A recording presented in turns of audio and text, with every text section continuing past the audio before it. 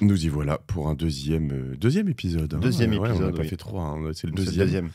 Deuxième épisode avec Antoine Fraisse-Soulier. Nous, on s'est revus d'ailleurs parce qu'on a fait quelques émissions en plus chez Bismart. Oui.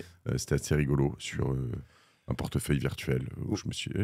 Et- Écoute, tu sais quoi, je m'étais un peu gamellé sur ce portefeuille virtuel sur le moment. J'avais dû finir dernier.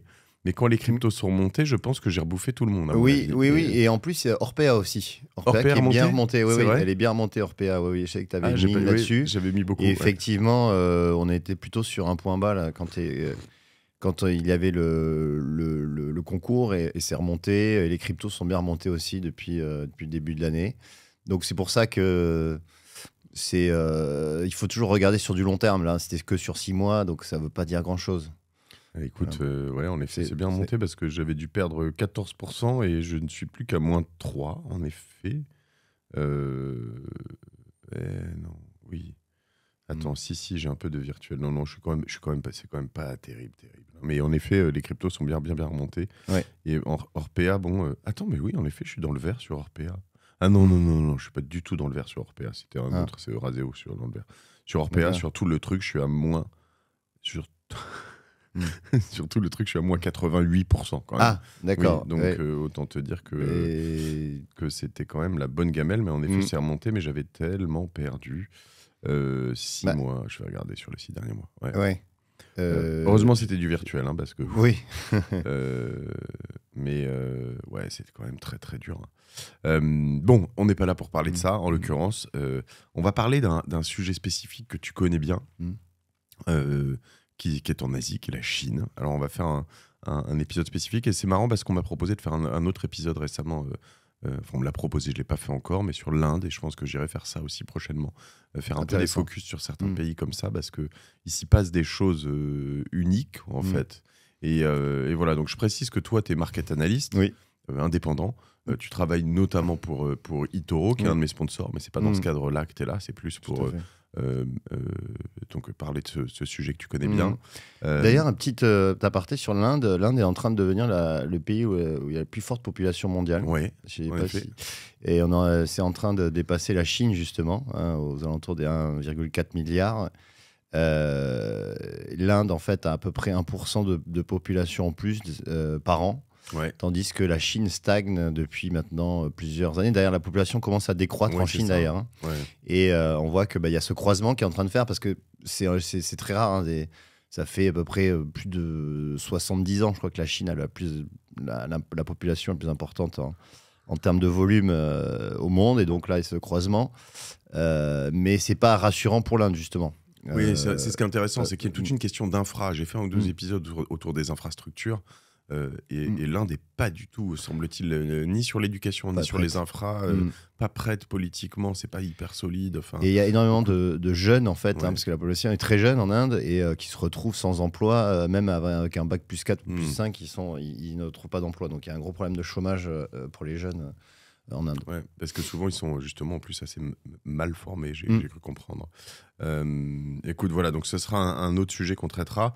Aujourd'hui, on va parler de la Chine, on va parler des opportunités et surtout de la singularité de la Chine, puisque la Chine est finalement sortie de ces confinements complètement hardcore il y a encore assez peu de temps, en fait. Hein. On enregistre ça en avril 2023, mais ça, on va parler un peu plus largement de tout ce qui s'est passé, de ce qui s'y passe, des opportunités, parce que en fait, on a été habitué à des grosses croissances là-bas, donc il faudrait voir aussi ce qui se passe en termes de potentiellement d'action. Comment investir en Chine, sur quoi investir en Chine, qu'est-ce qui s'y passe, c'est ce qui m'intéresse.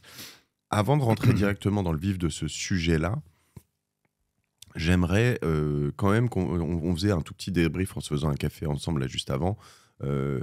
Tu nous racontes justement ce qui se passe en France. C'est intéressant aussi au moment où on enregistre. Tu me disais que c'était finalement un des plus beaux, en tout cas au moins sur le CAC 40, un des plus beaux indices mondiaux, c'est ça, c'est hallucinant. Oui, depuis le début de l'année, c'est assez rare, mais effectivement le CAC 40, c'est la performance la plus forte de tous les indices mondiaux, et à peu près égalité avec l'Italie, donc c'est assez rare que ces deux pays se retrouvent en tête.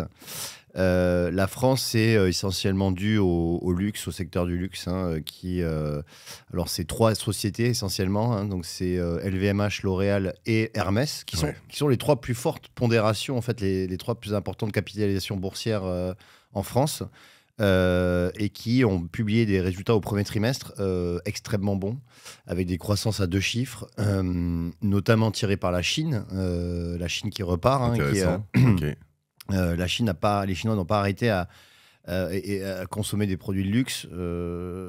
Et en fait, ces sociétés bénéficient d'une clientèle assez fidèle. En fait, les vrai que les clients rachètent à peu près tout le temps les mêmes marques, hein, et dans toutes les zones géographiques. Alors Hermès a réussi l'exploit d'avoir une croissance de plus de 20% dans toutes les zones géographiques. Avec en plus une rentabilité hallucinante. Oui, je crois. Ouais. Et là, ils ont publié leur chiffre d'affaires, donc c'est une chiffre d'affaires qui est en progression de 24% sur le trimestre, mais toutes les zones géographiques progressent de plus de 20%, ce qui est assez extraordinaire.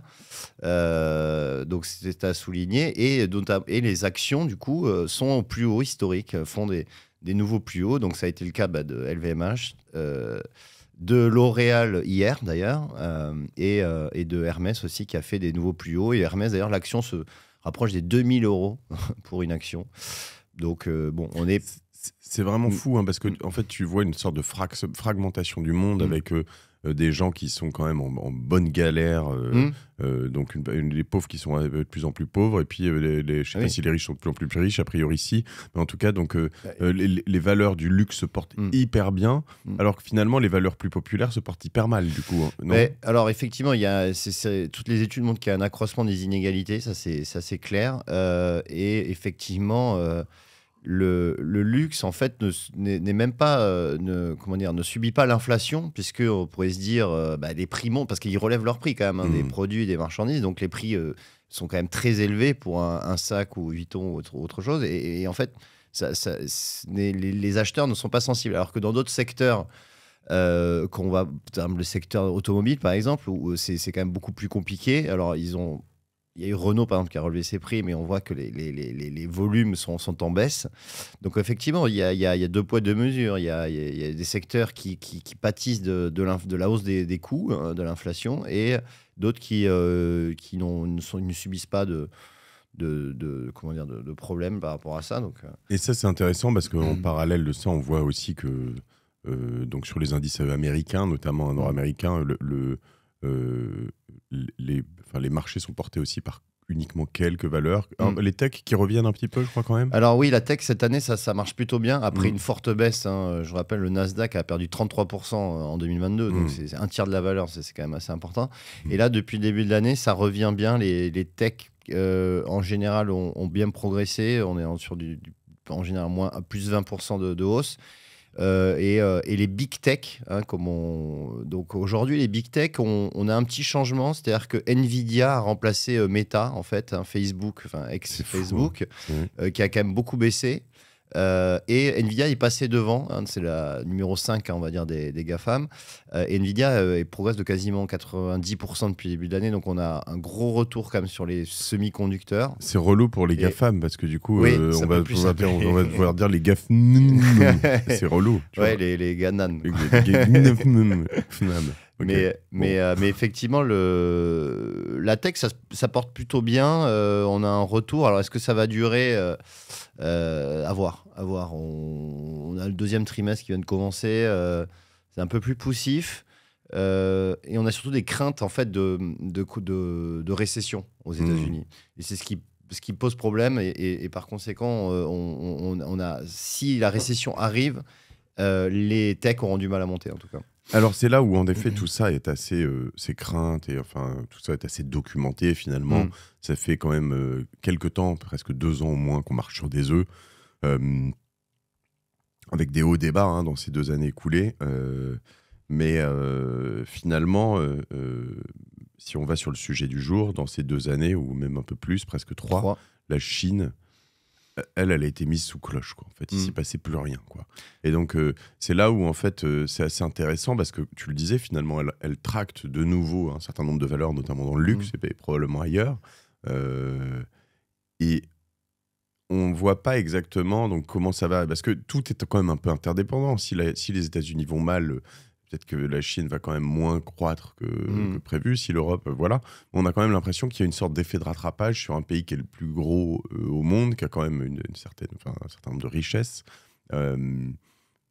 Quel est l'état des lieux? Est-ce que tu peux un peu me raconter ça? Oui, alors déjà, effectivement, on a eu 3 ans vraiment pile poil de fermeture du pays, de politique zéro Covid, comme on l'appelait, dans le sens où, en fait, fin de décembre 2019, en fait, ça a été les premiers cas.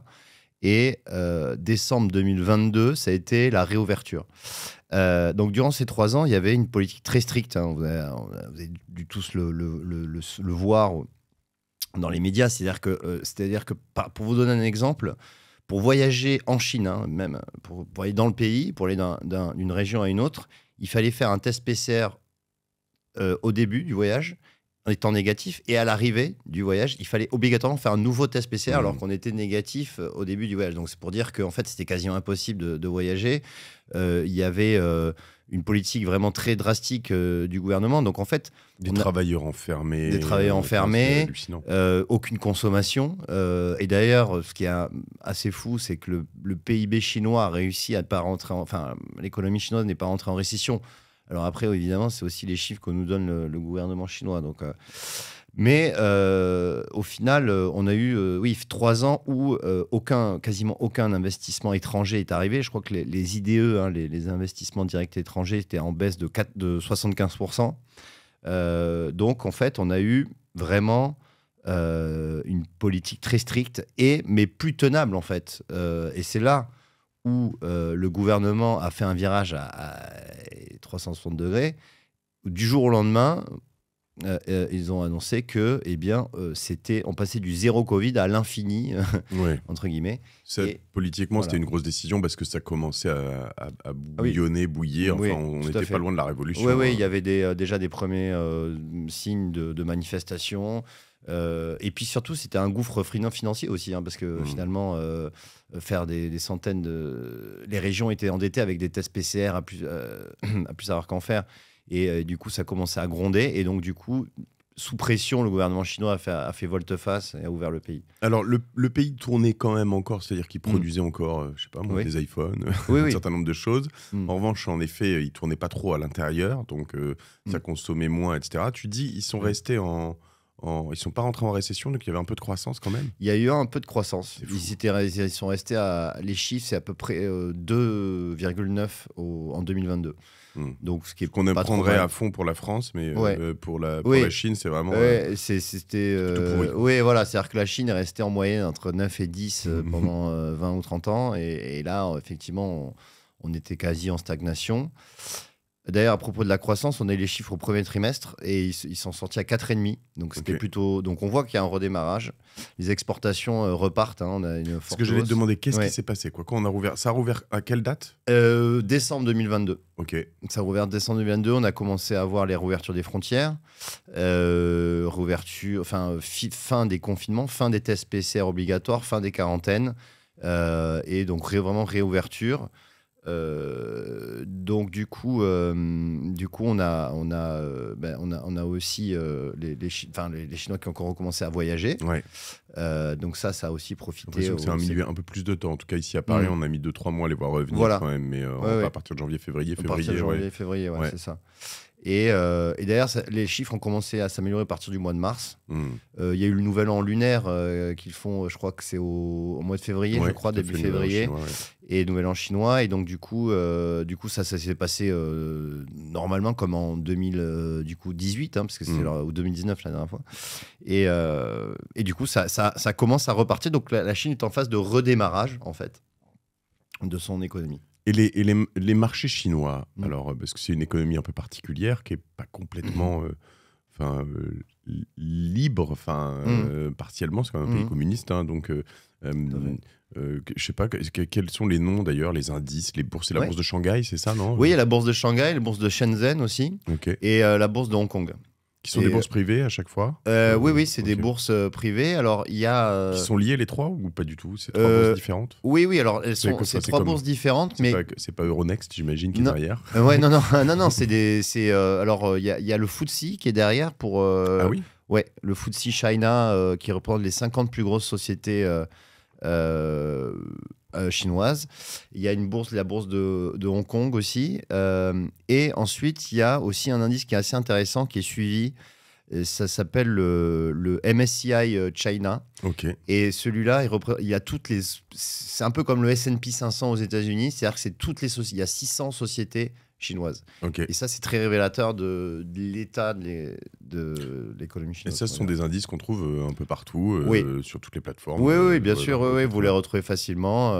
Nous, par exemple, le MSCI China, on le propose chez eToro, par exemple. On a le China 50 aussi. Donc Ok. voilà, c'est très facilement trouvable. Ouais. Et il s'est passé quoi alors? Parce que tu me disais qu'en France, c'était tracté par 3 valeurs, aux États-Unis, la tech, en France, le luxe, etc. Il s'est passé quoi en Chine?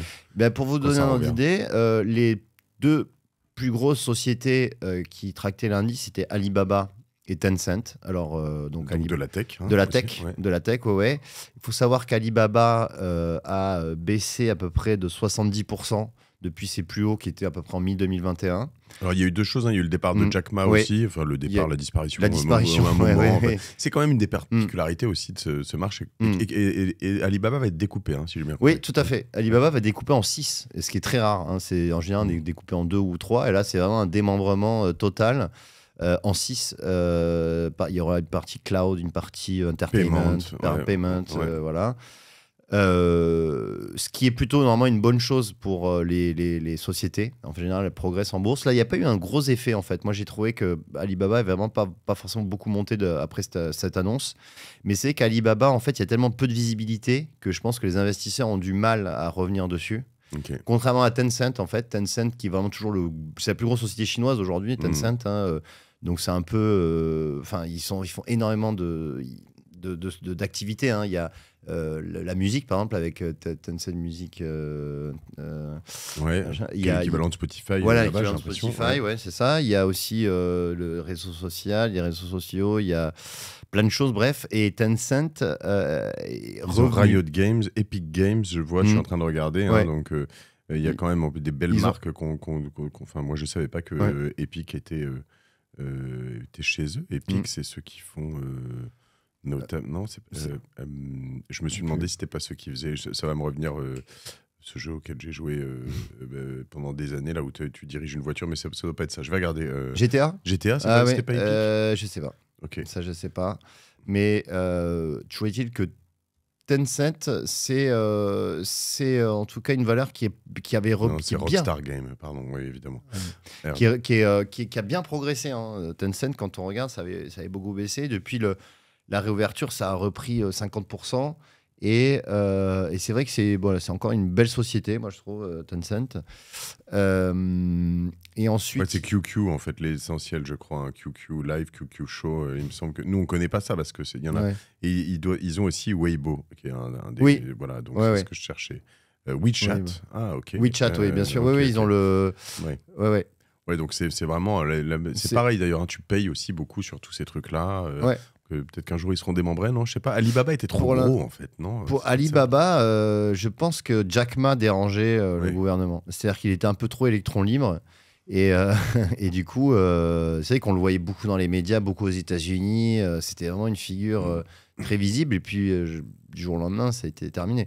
C'est que par exemple, le PDG de Tencent, on le voit pas trop. Enfin, moi, je n'ai pas le souvenir, je ne sais pas comment il s'appelle. Donc, au final, je pense qu'il y avait un problème Jack Ma. Et il y avait aussi leur filiale Ant Group de paiement, qui était un peu le PayPal chinois, qui a aussi été interdit de s'introduire en bourse.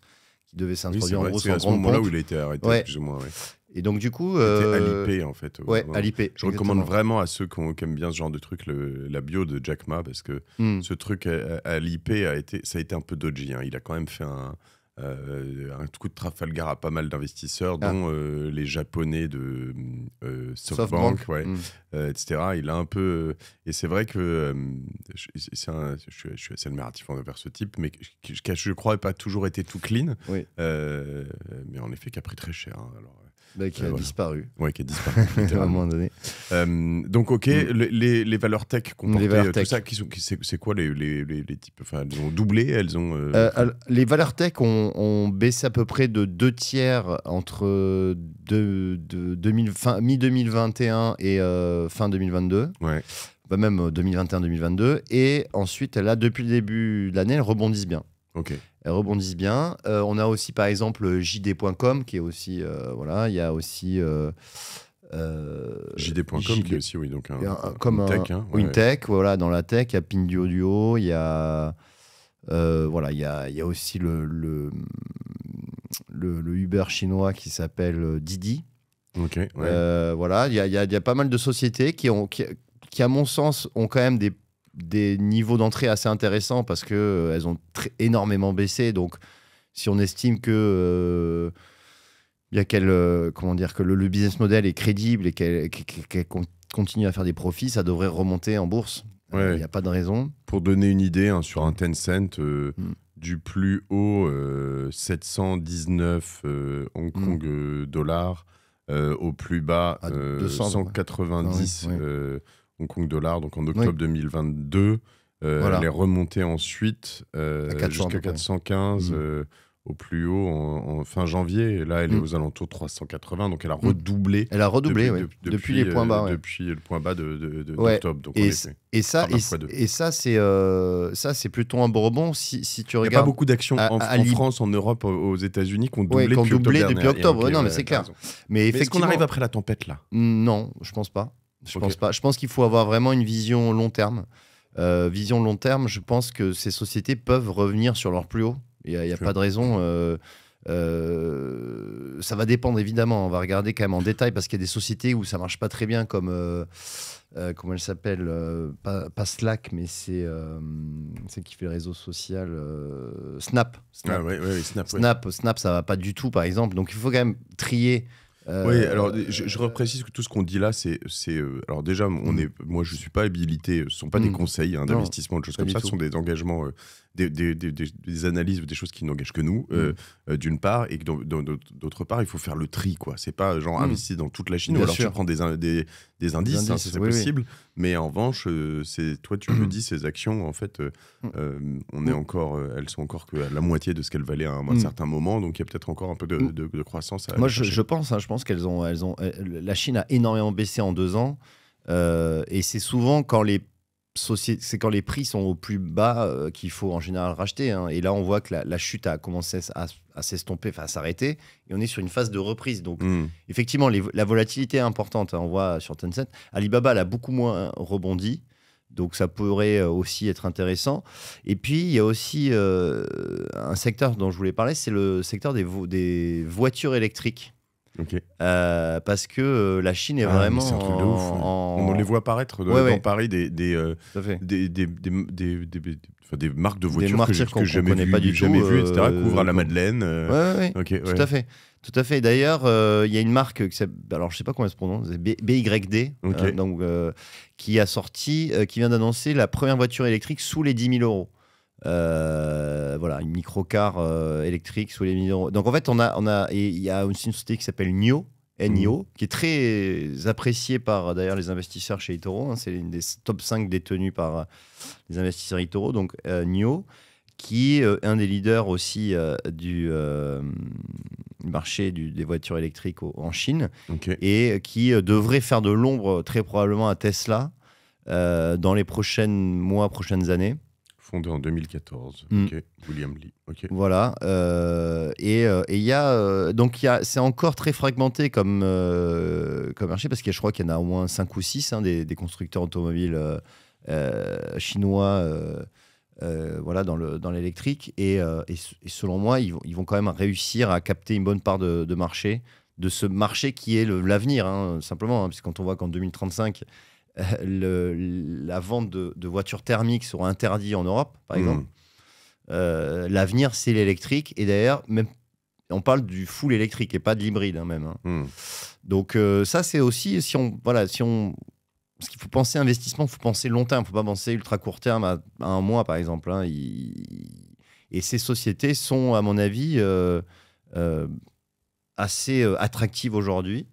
Voilà. Je prends pour NIO, hein, juste pour ceux qui n'ont pas sous les yeux, qui ne peuvent pas regarder en même temps, mais NIO, je regarde sur 5 ans pour voir. Alors, c'est une société qui valait pendant très longtemps, 2019, 2020,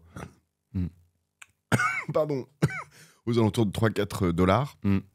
Non, voilà, même 2, 3, 4 dollars, voilà, qui a explosé, donc je pense, dans la roue de Tesla, sans mauvais jeu de Tout à mots. fait. Donc en 2020, pour monter d'abord à 15, puis à 30, 40, ouais. 50, À 50. 60 dollars, Mm. donc janvier 2021. Mm. Redescendre doucement, et là, en ce moment, ça se traite à 8. Ouais. Donc, alors que Tesla a fait des hauts débats, mais peut-être pas autant, en fait. Pas autant, Ouais. mais Tesla a bien baissé quand même depuis Ouais. ses plus hauts. Mais effectivement, pas autant. Et il y a eu, mais on peut le dire, en fait, en 2020. Plus haut, Tesla, de 407, Ouais, elle et est ça redescendue il y a même, quelques 160. mois à 120, et là, elle est à Mm. 160. Mm. 200, mais ouais, non, 160, t'as raison. Ouais. Mais effectivement, en fait, il y a eu en 2020 une espèce de bulle sur les techs chinoises. En fait, on allait, comme il y avait ce Covid, en fait, où tous les secteurs étaient à l'arrêt. Et finalement, on s'est dit, la tech, c'est vraiment l'avenir avec le télétravail, et la tech chinoise a aussi profité à ce moment-là de l'envoler pour derrière s'effondrer en 2021 et 2022. Mais effectivement, 2020, ça a été une année extraordinaire pour la tech chinoise. C'est là où ils ont fait leur plus haut en bourse. Mais donc, voilà, donc le secteur des constructeurs automobiles électriques, je pense qu'en Chine, ça peut être une. Donc une finalement, opportunité. c'est aussi un peu de la tech. Enfin, si on met Tesla c'est de la tech. et Oui, NIO et tout ça dans les mêmes à fait. paniers, en fait, on est toujours dans de la tech. Donc Oui, oui. la Chine est portée par la tech. Et Chine aussi. est portée par la tech. Et le secteur bancaire, ils ont quand même 3 grosses banques qui pèsent assez lourd. Et il y a cet aspect aussi, effectivement, la Chine a eu une espèce de bulle immobilière à un moment donné, qui est en train de se dégonfler, qui n'est pas en train d'éclater. Donc ça, c'est qui est en train d'être géré, plus ou moins. Donc on sait que la Chine, le problème aussi, c'est qu'on n'est jamais totalement au courant de ce qui se passe. Hein. Il y a une espèce d'opacité importante, mais chose qu'on voit, il n'y a pas d'éclatement de la bulle immobilière, et les banques chinoises enchaînent. Pour relancer l'économie, la volonté du gouvernement, c'est vraiment de relancer la consommation, relancer l'économie, eh bien, prête à nouveau de manière importante. Et un fait à souligner, c'est que la Chine, contrairement à quasiment tous les pays développés, n'est pas soumise à l'inflation. En fait, l'inflation en Chine est à 0,7%, en fait. Okay. Voilà. Et du coup, elles peuvent prêter quand même à des taux assez bas. Mais ça semble assez fou, parce que même chez eux, les matières premières doivent augmenter. Ils veulent acheter, je sais pas moi, des terres rares, du pétrole. Ils importent du pétrole. Ils importent du pétrole russe à faible coût. Et la Russie a voulu justement. Ils ont réorienté leur gazoduc. Ils ont réorienté. Ils importent à vraiment pas cher du tout. Et comme les Russes avaient besoin aussi d'exporter du pétrole, ils le font à prix cassé aux Chinois. Et comme l'économie était au point mort pendant 3 ans, en fait, il n'y a pas eu d'emballement de consommation, etc. Et ça montre en fait que justement l'économie était au point mort, quoi. Donc, Et c'est là où d'ailleurs tu touches un point dont je voulais parler, mais en fait eux ils profitent finalement indirectement de la guerre, c'est-à-dire en important. Alors ils vendent pas d'armes encore, c'est déjà. Mais ils augmentent leur budget de la défense. Mais ils augmentent ils font. Alors il y a des tensions aussi évidemment à Taïwan et des choses comme ça, mais bon, s'ils importent du pétrole russe à pas cher, qu'on a bloqué partout, en fait, finalement. Et c'est là où tu te dis, bon, attends, est-ce que je veux faire de l'invest en Chine, etc., etc. Et à la fois, tu vois, c'est une question, même en préparant cet épisode, que je me suis pas mal posé. Est-ce que je veux promouvoir ça ou pas le promouvoir? À la fois, on vit dans un marché qui est libre. Eux font des invests en France. Emmanuel Macron part en Chine avec toute une délégation. C'est compliqué de te dire je veux boycotter à la fois. Je sais pas ce que tu en penses. Compliqué, c'est très compliqué. La Chine, c'est quasiment le plus gros marché au monde. Pour une société qui veut croître et qui veut... elle ne peut pas se passer de la Chine, en fait. C'est impossible. S'il y a 1,4 milliard d'habitants, potentiellement de consommateurs, c'est impossible de se passer de la Chine. En revanche, de diversifier, je voyais que en fait, certaines boîtes qui étaient déjà implantées en Chine, et que en Chine, par exemple, en Asie, ont investi, ont construit une entreprise, par exemple, une filiale, par exemple en Indonésie ou dans d'autres pays, pour ne pas être dépendant que de la Chine pour des problèmes d'approvisionnement. Parce qu'on a vu avec le Covid que justement, il y a eu des gros problèmes d'approvisionnement. La chaîne d'approvisionnement a été perturbée et certaines sociétés ont voulu diversifier justement leur implantation en Asie et du coup ne passe plus que par la Chine. Mais c'est impossible de se passer de la Chine. C'est impossible. C'est trop gros et il y a trop un potentiel important, quoi. Non, ce sont plus après, on va dire, des investisseurs. Moi, j'en reçois aussi, tu vois, je sais pas, Joseph Chouefati chez Goodvest ou même Maud Caillot que j'ai reçu sur Génération It Yourself qui disent moi j'investis pas dans le pétrole, j'investis pas dans des choses comme ça parce que bon voilà, toi d'un point de vue financier tu peux dire c'est impossible de pas investir dans ces valeurs, mais à un moment d'un point de vue engagement tu peux te dire je veux pas investir en Chine. Oui, c'est vrai. Mais enfin même pour des questions de droits de l'homme, de choses comme ça. Après, ce qui est compliqué, c'est que le marché fait que encore une fois, eux investissent chez nous. Est-ce qu'il vaut mieux laisser, tu vois, des capitaux étrangers, enfin dans un marché libre? À ce moment-là, il faut juste réguler, mais venir chez toi et toi pas en mettre chez les autres, c'est assez compliqué, je pense. Ouais, c'est compliqué. Alors après, effectivement, ça dépend des secteurs d'activité. Je te sors de ta zone de confort, avoue un peu. non, mais c'est vrai en plus là, je maîtrise pas vraiment, donc ça va vraiment dépendre du secteur d'activité. Et effectivement, si ça touche à des domaines de droits de l'homme ou des domaines comme ça, effectivement, la Chine, c'est pas forcément le meilleur endroit pour investir. Ouais, ça, quand tu regardes, tu vois, je regarde l'action NIO, justement, là, je regarde sur eToro, j'avais pas vu ce truc, le ESG, une nouvelle source d'information, donc un score ESG, environnementaux, sociaux et gouvernance. Bon, faible quoi, 46, t'es pas c'est pas la folie quoi. Et c'est vrai que il faut regarder un peu. Je regarde chez les autres, mais en effet, j'imagine que là-dessus, si t'es un investisseur engagé, tu peux te dire bon, c'est peut-être pas le meilleur endroit. Non, alors il y a un secteur qui profite vraiment aussi de la réouverture de la Chine, c'est le tourisme, parce que en fait, tout ce qui est compagnie aérienne, on voit que ça repart assez fort. Les compagnies aériennes ont été massacrées pendant 2-3 ans. On a des sociétés, alors on avait par exemple Air France, dont l'action a touché 1 euro quand même, sachant que ça valait 10 il y a encore quelques années. Et un peu partout, et Lufthansa d'ailleurs a bien reprofité plus qu'Air France, on voit qu'on a une reprise sur ces valeurs. On est potentiellement sur un point bas et on a une reprise du trafic aérien, notamment EasyJet. Alors, EasyJet ne fait pas des vols vers la Chine, mais EasyJet a annoncé cette semaine que grâce à la reprise du trafic aérien qui revient comme en 2019 à peu près, avant Covid, et comme ils ont énormément augmenté leurs tarifs, tu as dû le constater, les compagnies aériennes, maintenant les billets d'avion ont vraiment augmenté, mais il y a une reprise du trafic aérien, donc en fait avec des billets beaucoup plus chers, ils ont des marges beaucoup plus importantes, et ça va rester, c'est une tendance qui va continuer. Donc c'est vrai que les compagnies aériennes, c'est vraiment un domaine que moi je regarde particulièrement parce que ça c'est en train de repartir. Et le tourisme en général. Accor, je regarde en parallèle. Alors, je ne sais pas s'il y a des gros du tourisme aussi en Asie et en Chine, mais Accor, en effet... elle est remontée assez fort. Elle est passée de 20 ou plus bas à 30, un tiers de reprise, quoi.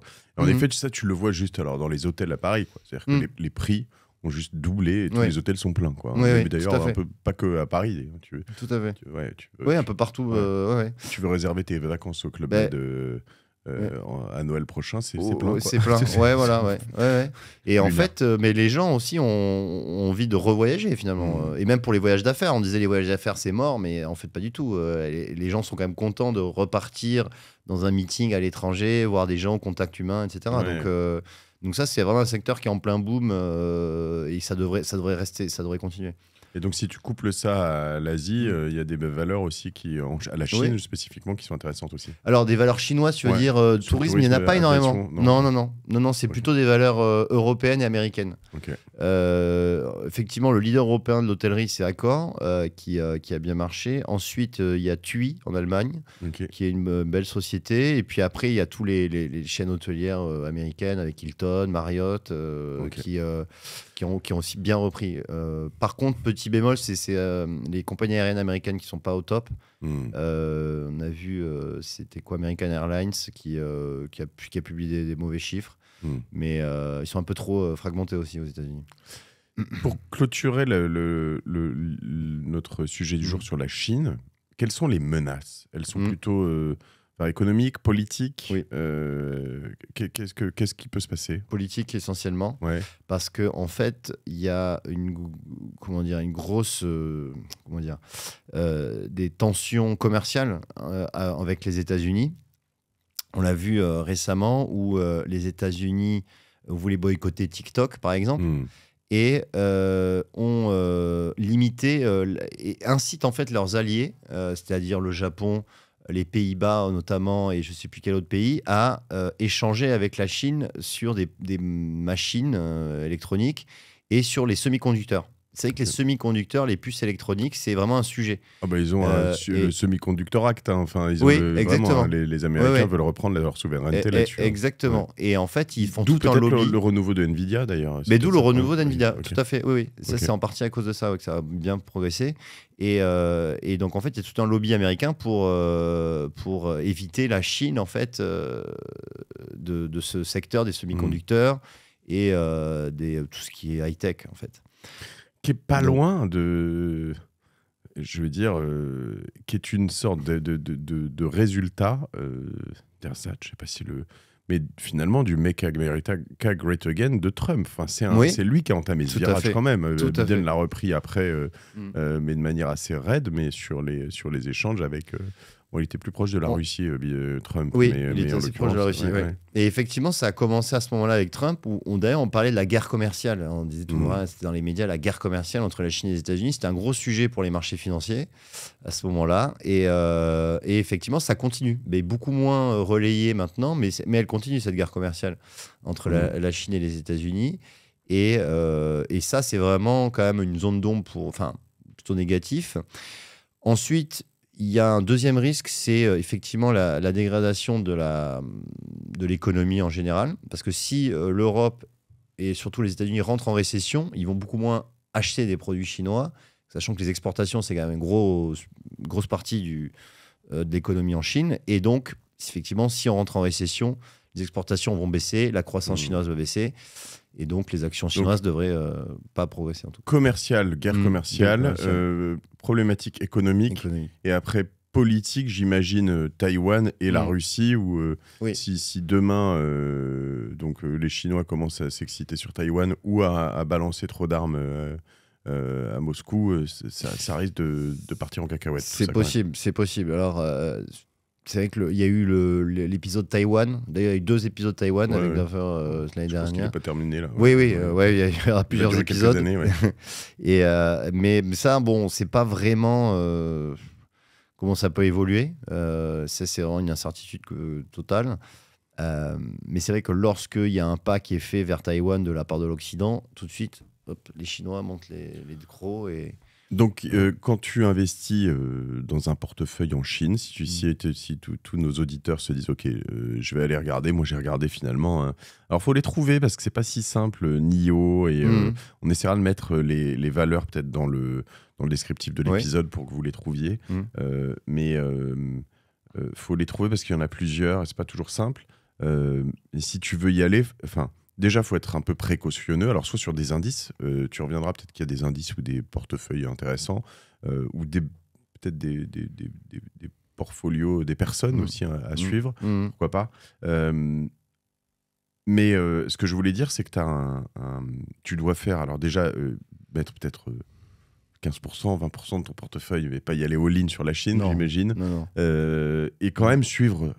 Moi, ce que je trouve intéressant, en revanche, c'est que tu vois, quand tu ajoutes ça, c'est ce que j'aime dans la bourse, en fait, j'en fais pas assez, mais j'en fais quand même, hein, mais c'est que tu vas suivre de plus près ces univers, tu vois, la voiture électrique chinoise, en fait, comme je te dis, je la vois apparaître dans Paris, mais je connaissais même pas vraiment le nom des marques. Si je les mets dans mon portefeuille, même en mettant 200 euros, finalement, tu vas beaucoup plus tu suivre. vas plus suivre, Ouais. tu vas comprendre ce marché, tu vas voir quelle est la force d'Intel, de Tesla, des uns, comment les constructeurs européens vont se comporter en face. Donc il y a un côté vraiment, je trouve assez intéressant de pas laisser cet épisode, tu vois, comme ça et de se dire, ok, tiens, je vais juste mettre même, selon vos moyens, 200 000 si c'est petit pour vous, ou 40 euros si c'est gros. Après, c'est vrai que dans une stratégie de portefeuille, on dit qu'il faut jamais dépasser 10%. C'est vrai que je vais mettre déjà 20% sur la Chine, ça paraît beaucoup. Mais effectivement, ensuite, il y a plusieurs façons. Alors, quand il y a les gros indices, comme je disais, par exemple, on le mettra sur les liens, mais il y a le MSCI China, par exemple. Voilà. Ensuite, MSCI China ETF, ouais, c'est ça. Voilà, c'est un ETF en fait. Donc ça, c'est un produit qui réplique la performance de l'indice. Okay. Et donc vous investissez dans cet ETF et vous avez la performance de l'indice MSCI China. Après, il y a aussi investir sur des portefeuilles qui sont déjà établis. Et ça, c'est vrai que chez eToro, on a cette opportunité pour les investisseurs, c'est-à-dire qu'on a mis en place des portefeuilles d'investissement sur des thématiques. Et on a la thématique, par exemple, tech chinoise, donc ça s'appelle China Tech, tout simplement. Et par exemple aussi sur les voitures électriques chinoises. Donc ça aussi, c'est un moyen aussi de diversifier son investissement et de pas investir que sur une valeur où ça pourrait mal se passer. C'est intéressant aussi de diversifier. Voilà, donc il y a ces possibilités. Après, évidemment, vous pouvez investir, comme on dit, sur des single stocks, c'est-à-dire une seule action. Voilà, des Tencent, des Alibaba. Vous avez aussi les banques chinoises. Enfin voilà, il y a plein de possibilités. En effet, je vois China Cars, voilà. Test Sector, et puis après dedans, tu as NIO, XPEV, LI, Autocar. Voilà. Oui, il y en a plein. Ouais, intéressant. Écoute, je te remercie pour tout ça. C'est super intéressant de voir un peu comment on peut faire des choses à l'autre bout du monde. Et je suis impatient de faire un truc sur l'Inde. J'espère que ça vous intéresse aussi, vous qui nous écoutez. En fait, ouais, ça ouvre un peu les chakras. Et puis ça montre aussi que quand tu as un pan du monde qui descend, tu peux en parallèle en avoir un autre qui monte, quoi. Donc finalement, sans se mettre au lean, évidemment, tu peux quand même, dans une de tes stratégies, te dire ok, je crois en ce truc-là, je pense que là-dessus il va se passer des choses et j'y vais, quoi. Mais le timing est très bon parce qu'en fait, là on est dans une phase de redémarrage et on est au début du redémarrage de la Chine quand même. Donc c'est vrai que c'est intéressant d'en parler maintenant, après 4-5 mois de réouverture. Et même si on voit qu'il y a quelques nuages, évidemment, mais ça reste un marché quand même qui est très prometteur, où il y a quand même un potentiel de consommateurs. Il y a potentiellement 1,4 milliard de personnes qui consomment. Potentiel, bien sûr, évidemment. Mais pour vous donner un ordre d'idée, c'est les États-Unis plus l'Union européenne plus la Russie réunis, quoi, la Chine. Donc c'est quand même un gros marché dont on ne peut pas, passer à côté, en tout cas au moins pour l'analyser et investir, pourquoi pas. Je pense que sans donner de conseils d'investissement, c'est vrai que c'est toujours mieux d'investir quand une société quand même est en repli ou a baissé qu'une société qui est au plus haut. Comme aujourd'hui, investir sur LVMH, c'est un peu plus compliqué que d'investir sur Alibaba, par exemple. Mais bon, ça, c'est un avis personnel. Ouais, voilà. Ouais.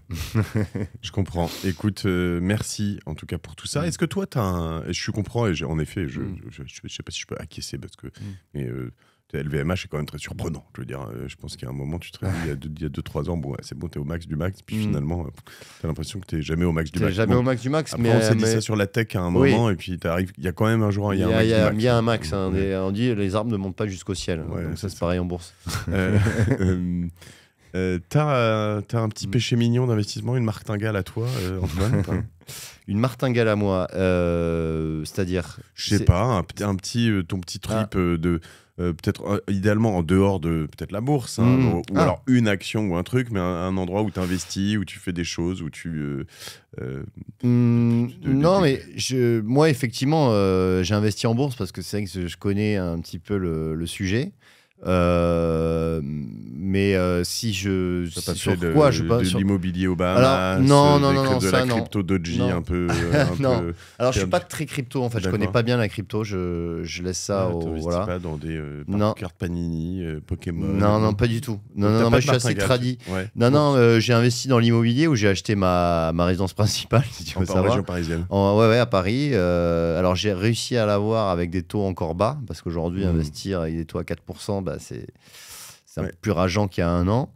Mais après, non, j'ai un portefeuille boursier où j'investis effectivement sur des sociétés. Alors moi, ce que je conseille, c'est vraiment pas investir mettre tous ces œufs dans le même panier. C'est un peu bateau de dire ça, mais vraiment avoir une diversification.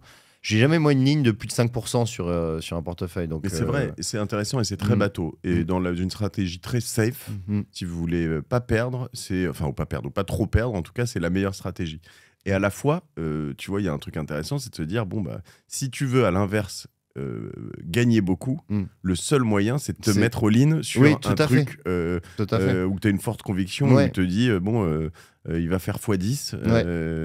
Et voilà. Mais c'est du risque, c'est très risqué de faire ça. There's no free lunch. C'est très risqué, mais après, si on est persuadé du truc, et pourquoi pas on est aussi conscient qu'on prend des risques. On est conscient qu'on prend des risques, c'est ça. Tout dépend. Après, c'est vrai que si cet argent, on n'en a pas forcément besoin et qu'on se dit, bon, allez, voilà, c'est un truc un peu gambling, on va dire, entre guillemets, autant y aller, quoi. Mais après, non, qu'est-ce que je peux dire sur... Aujourd'hui, moi, je m'intéresse, comme je disais, pas mal aux compagnies aériennes, en fait. Je pense qu'elles ont beaucoup baissé. Et je suis un peu en train de revenir dessus. Tout ce qui est lié au tourisme, c'est assez intéressant. Ok. Ouais. Bon, écoute, je vais regarder ça aussi. Voilà, j'ai quand même acheté, pendant qu'on a échangé, un peu de NIO pour surveiller ce truc, du China Tech, du MSCI China. Voilà. Comme ça, je vais suivre un peu tout ça. Merci. On te suit sur LinkedIn et sur Twitter ? Oui, sur LinkedIn, Twitter, oui. Okay. Tout à fait, avec mon nom, Antoine Fraisse-Soulier. Ou Antoine Fraisse. F-R-A.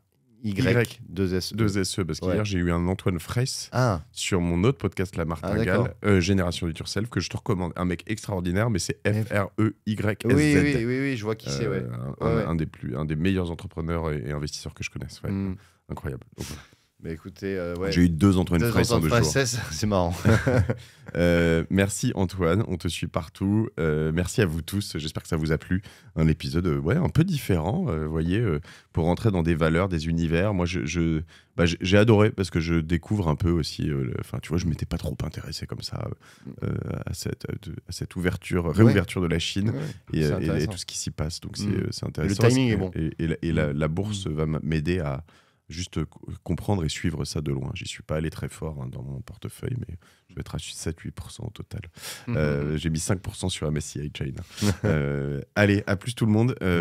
N'hésitez pas à nous faire vos commentaires, à nous écrire sur contact@lamartingale.io. Je lis ces mails qui passent par là. Et puis à nous rejoindre aussi sur le Discord, où je suis moins actif, mais beaucoup de gens le sont. Et puis l'équipe l'est, mais je vais essayer de m'y remettre un peu. Mais question de timing, de temps. Bisous à tous, à la semaine prochaine. Puis vous pouvez nous rejoindre aussi sur mon YouTube d'ailleurs. On publie les vidéos de La Martingale. Donc voilà, sur le YouTube de Mathieu Stéphanie, on mettra le lien aussi. Allez, à plus, bisous. Salut tout le monde. Merci, ciao.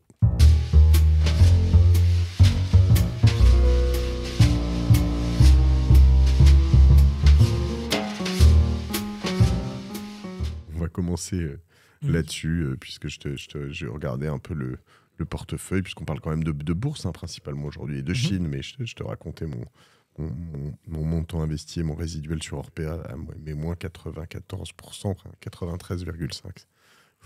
Est-ce qu'il vaut mieux investir en Chine ? Probablement, il vaut mieux investir en Chine que sur Orpea, ça, on ne prend pas trop de risques. Quoique maintenant... c'est ça, après, c'est toujours la même chose, de dire c'est quoi le plus fort entre le retour à la moyenne un peu, ou ça. Après, on en parlait, il y a eu pas mal de gens sur...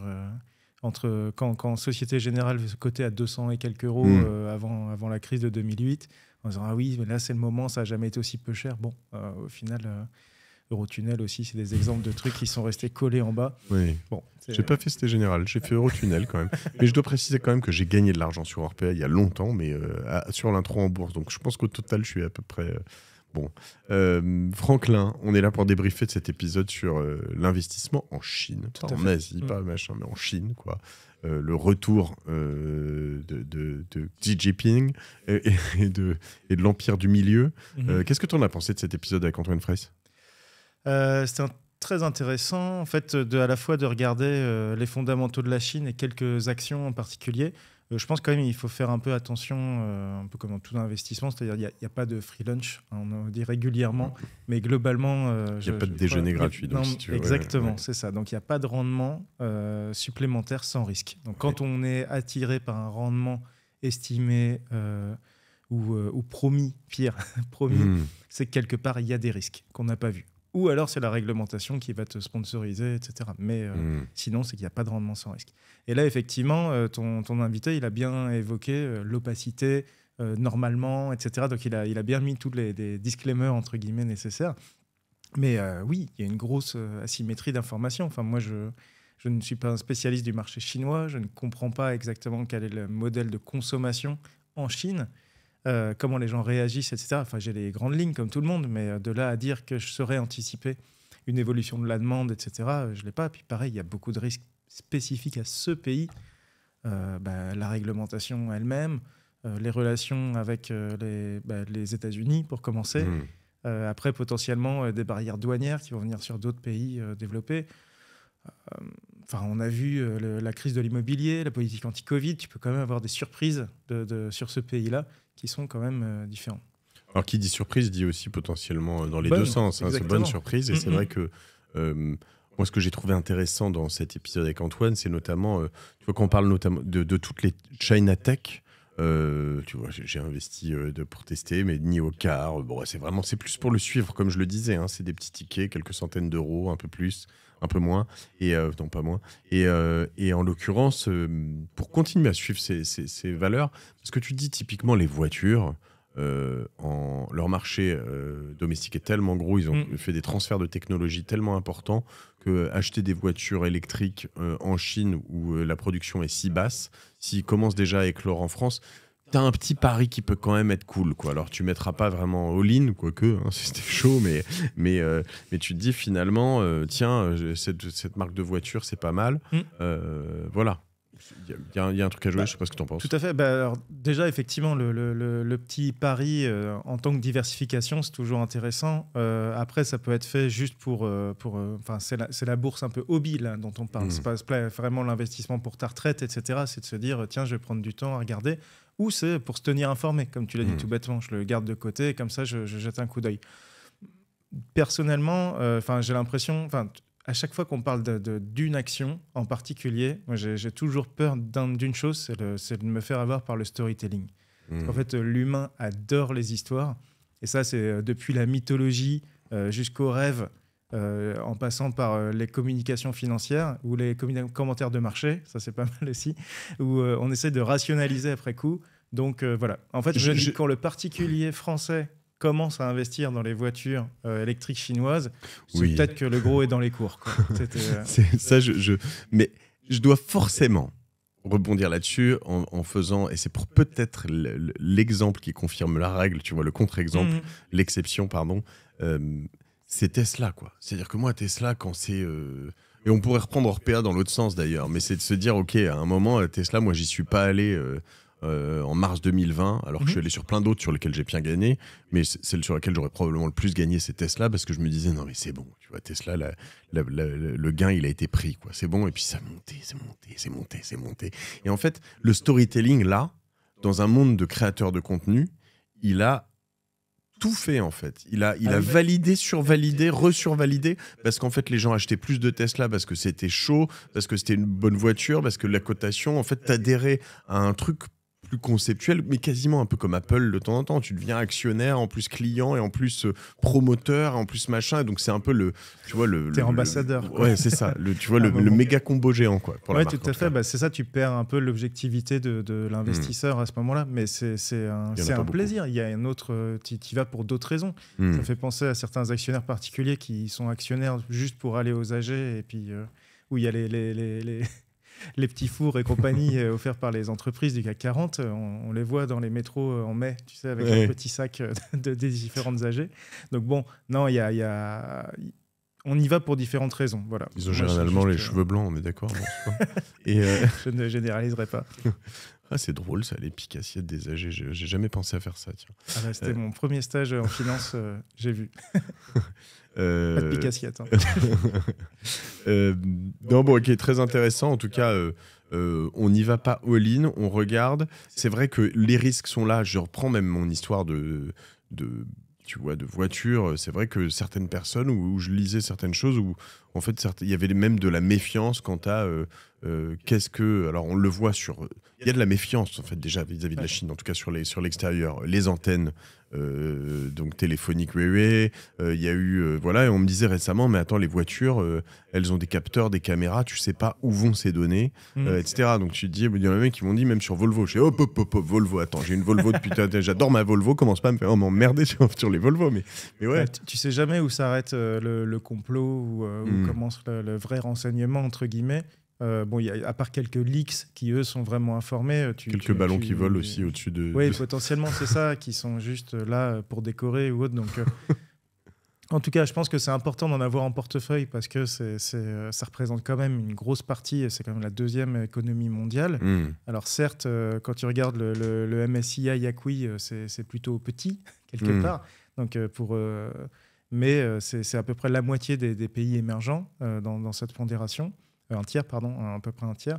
Et donc, voilà, pour nous, c'est important d'y aller. Par contre, jouer une thématique ou une entreprise en particulier, je trouve qu'il y a déjà beaucoup de risques. Il y a déjà les risques pays, et puis sur une thématique en particulier, tu ne sais jamais ce que le gouvernement peut décider ou autre. Tu vois, les voitures électriques, tout le monde ne jure que par ça. Je ne sais pas si on aura assez de matières premières pour tout électrifier comme on l'a prévu dans les plans. Parce qu'aujourd'hui, je pense que les plans européens d'électrification des voitures, c'est à peu près dans les cours, ou c'est en cours de l'être, on va dire. Mais tu as toujours ce tail risque-là qu'il ne faut pas, je dirais, ignorer. Quand on se télétransportera, la voiture électrique aura vraiment une bien belle utilité. Tu vois. Exactement. Donc non, en fait, pour dire autrement, je pense que dans l'investissement sur le long terme, ce qui te fait gagner vraiment de l'argent, c'est pas d'être toujours sur la dernière tendance, mais c'est de savoir d'être concentré, focus sur ton cap, ce que tu veux faire, et d'accepter de passer à côté de certaines. Donc, faut juste prendre celles avec lesquelles tu es à l'aise et laisser filer le reste. Tant pis pour le fear of missing out. Jamais dans la tendance, mais toujours dans la bonne direction, comme le dit la chanson. Ceux qui savent. Je te donnerai la ref après. Secret Connexion. Merci Franklin. On a bien repassé. Merci Antoine pour cet épisode qui était vraiment passionnant. Bientôt, on va se retrouver en Inde. On va faire ça en Inde, comme je le dis au début de l'épisode de la Chine, parce que j'aimerais bien aller creuser tout ça. Salut, on te suit toujours sur LinkedIn. C'est ça. Voilà, Franklin Morin, M-O-R-I-N, Nalo, un peu partout. On peut vous contacter de ma part. Vous serez toujours bien reçu chez Nalo si vous venez de ma part. Si vous venez pas de ma part, c'est pas sûr, mais si vous venez de la part de Mathieu, toujours bien reçu. Allez, un petit bon bec. Salut tout le monde. Salut, ciao.